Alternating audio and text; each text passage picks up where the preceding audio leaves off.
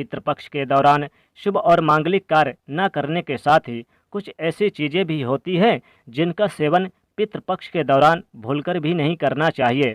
पितृपक्ष पितरों को समर्पित होते हैं, इसीलिए इस दौरान भोजन का विशेष महत्व होता है। इस दौरान पितरों के लिए भोजन निकाला जाता है, ब्राह्मण भोज कराया जाता है और पंचबलि भी दी जाती है। लेकिन शास्त्रों में कुछ ऐसी चीज़ों के बारे में बताया गया है जिन्हें पितृपक्ष के दौरान भूलकर भी नहीं खाना चाहिए। कुछ ऐसी चीज़ें हैं जिनका ना तो पितृपक्ष के दौरान सेवन किया जाता है और ना ही पितरों को या ब्राह्मणों को इन चीज़ों का भोग लगाया जाता है। तो आइए दोस्तों जानते हैं कौन ऐसी चीज़ है जिनका पितृपक्ष के दौरान भूलकर भी सेवन नहीं करना चाहिए। कौन सी ऐसी चीज़ें हैं जिनको पितृपक्ष के दौरान पितरों के या ब्राह्मणों के भोजन में भूलकर भी शामिल नहीं करना चाहिए, वरना दोष लगता है, पितृ नाराज हो जाते हैं। दोस्तों आगे बढ़ने से पहले आपसे रिक्वेस्ट करते हैं कि वीडियो को लाइक ज़रूर कर दीजिएगा, दोस्तों को भी शेयर कर दीजिएगा। यदि पहली बार आए हैं चैनल पर तो चैनल को सब्सक्राइब करके इस बेल आइकन को ज़रूर दबा दीजिएगा।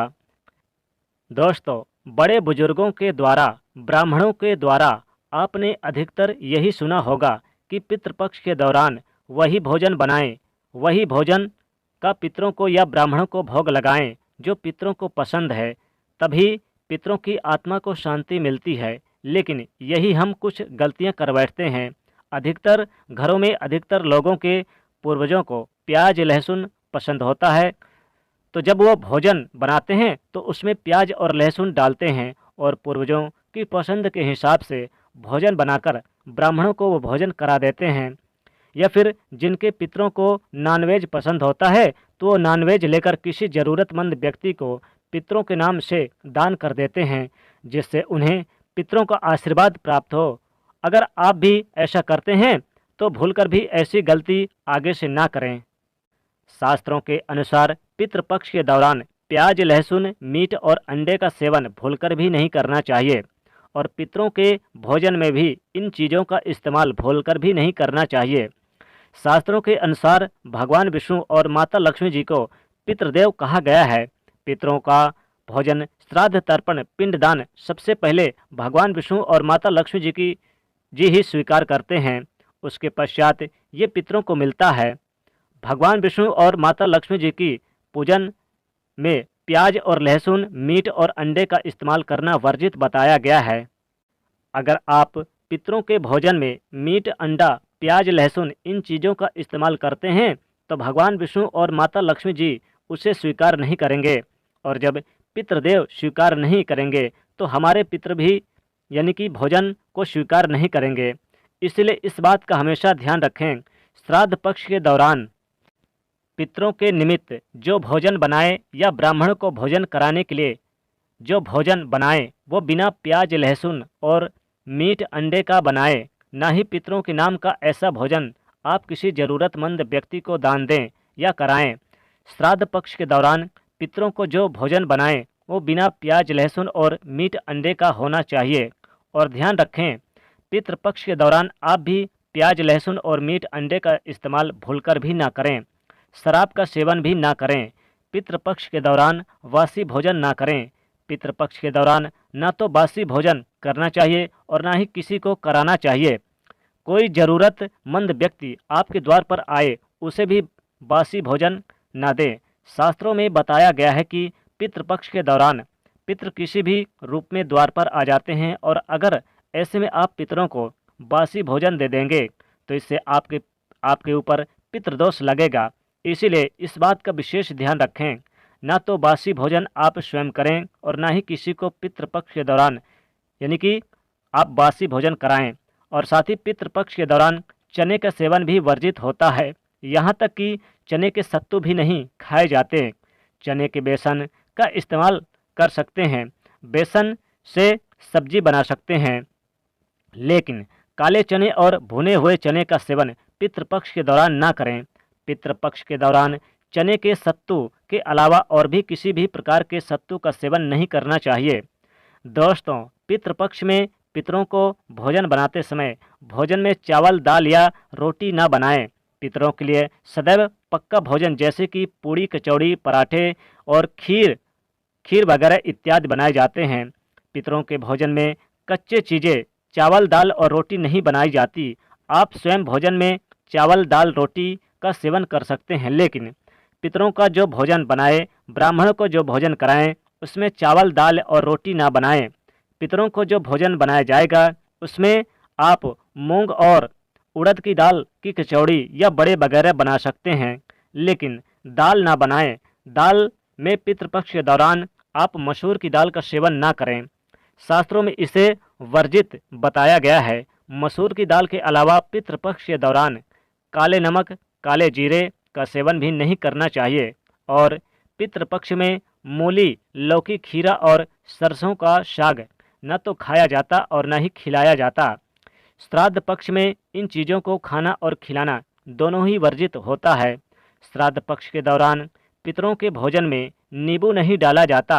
आप स्वयं नींबू का सेवन कर सकते हैं, लेकिन पितरों के भोजन में, ब्राह्मण के भोजन में नींबू न डालें। पितृपक्ष के दौरान कई तांत्रिक क्रियाएं भी की जाती है, इसीलिए इस दौरान दूध, दही या फिर सफ़ेद खाद्य पदार्थ जैसे कि सफ़ेद रंग की मिठाई, बर्फ़ी इत्यादि का सेवन नहीं करना चाहिए। पितृपक्ष के दौरान गाय के दूध के सेवन करने से बचना चाहिए, खास तौर पर वो गाय जिसने हाल ही में बच्चे को जन्म दिया हो। ऐसी गाय के दूध का सेवन भूलकर भी ना करें। पितृपक्ष के दौरान खीर अवश्य ही बनाई जाती है और खीर का पितरों को, ब्राह्मणों को भोग लगाया जाता है। इसलिए आप पितृपक्ष के दौरान दूध से खीर बनाकर उसका भोग लगाकर प्रसाद के रूप में उसे ग्रहण कर सकते हैं। और ब्राह्मणों को भी आप खीर जरूर परोसें और खिलाएं, भरपेट खिलाएं। इससे पितृ काफ़ी प्रसन्न हो जाते हैं। लेकिन खाली दूध का सेवन ना करें, यानी दूध का सेवन ना करें। पितृपक्ष के दौरान कढ़ी बनाना और खाना भी वर्जित होता है, इस बात का विशेष ध्यान रखें। पितृपक्ष के दौरान कुम्हड़ा की सब्जी का सेवन ना करें और जो पत्ता वाली गोभी होती है, बंद गोभी, उसका भी इस्तेमाल ना करें।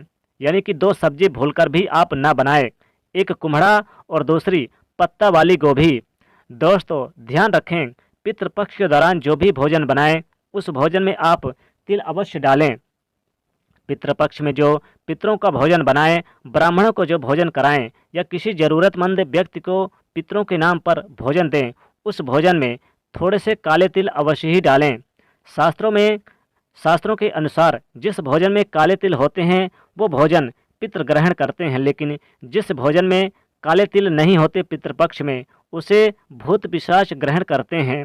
इसलिए इस बात का विशेष ध्यान रखें, पितरों के भोजन में काले तिल डालकर ही आप पितरों को भोग लगाएं। दोस्तों पितृपक्ष में खीर बनाकर, पूड़ी कचौड़ी बनाकर ब्राह्मणों को जरूर खिलाएं। साथ ही पितृपक्ष में आप पितरों के निमित्त 1 लोटा जल जरूर दें और उसमें काला तिल डाल कर दें। सूर्यदेव को भी आप 16 दिन तक लगातार अर्घ्य दें। दोस्तों खास बात तो यह है कि पितृपक्ष में 2 सब्जी भूलकर भी ना खाएं, एक कुम्हड़ा और दूसरी बंद गोभी, पत्ता वाली गोभी। ये 2 सब्जी भूलकर भी ना खाएं, वरना पितृ हो जाते हैं नाराज। पितृपक्ष में गाय को प्रत्येक दिन आप जरूर भोजन खिलाइए। खाना खाने से पहले आप एक हिस्सा निकाल दें और गाय को खिलाएं। कुत्ते को भी जरूर दें और साथ ही कौवे को दें, क्योंकि जो हमारे पितर देवता होते हैं वो 3 रूप पे ही पृथ्वी पर विचरण करते हैं, एक गाय के रूप में, दूसरे कुत्ते के रूप में, तीसरे कौवे के रूप में। तो आप 3 जीव को जरूर आप भोजन कराएं पितृपक्ष में, गाय को और साथ ही कुत्ते को और कौवे को। और साथ ही दोस्तों भूल कर भी इनको भी आप, यानी कि आप जैसे कि मटन, मीट, अंडे का, या फिर आप इस दिन जो पक्का भोजन है वही आप दें तो ज़्यादा श्रेष्ठ रहेगा और पितृदेव का आशीर्वाद मिलेगा। अगर आपके जीवन में पितृदोष है, पितृदोष से काफ़ी परेशान है, तो निश्चित तौर पे गाय को आप, यानी कि आप पूड़ी खिलाएं और पूड़ी में आप खीर रख दें और खीर के ऊपर थोड़ा सा काला तिल रख दें और थोड़ा सा फिर आप गुड़ रख दें और फिर आप गाय को खिला दें, तो पितृदोष, आपके जन्म जन्मांतर के जो पितृदोष होते हैं वो भी दूर हो जाते हैं। कौवे को जरूर पूड़ी खिलाएं और साथ ही साथ इस दिन कुत्ते को आप पूड़ी में खीर रखकर और काले तिल उसमें थोड़ा सा डालकर खिलाएं। तो दोस्तों 2 सब्जी भूल कर भी ना खाएं पितृपक्ष में, एक कुम्हड़ा का और साथ ही ये पत्ते वाली गोभी यानी बंद गोभी, और साथ ही मीट, मटन, अंडे, लहसुन, प्याज का सेवन बिल्कुल ना करें। और किसी का झूठा भी भोजन यानी कि ना करें, बासी भोजन भी ना करें और ना कराएं। तो इस बात का विशेष ध्यान रखें। तो दोस्तों, वीडियो अगर पसंद आई हो तो वीडियो को लाइक ज़रूर करिएगा, दोस्तों को भी शेयर कर दीजिएगा, और चैनल पर पहली बार आए हैं तो चैनल को सब्सक्राइब जरूर कर दीजिएगा। जय शनिदेव, जय माँ लक्ष्मी, जय भगवान विष्णु।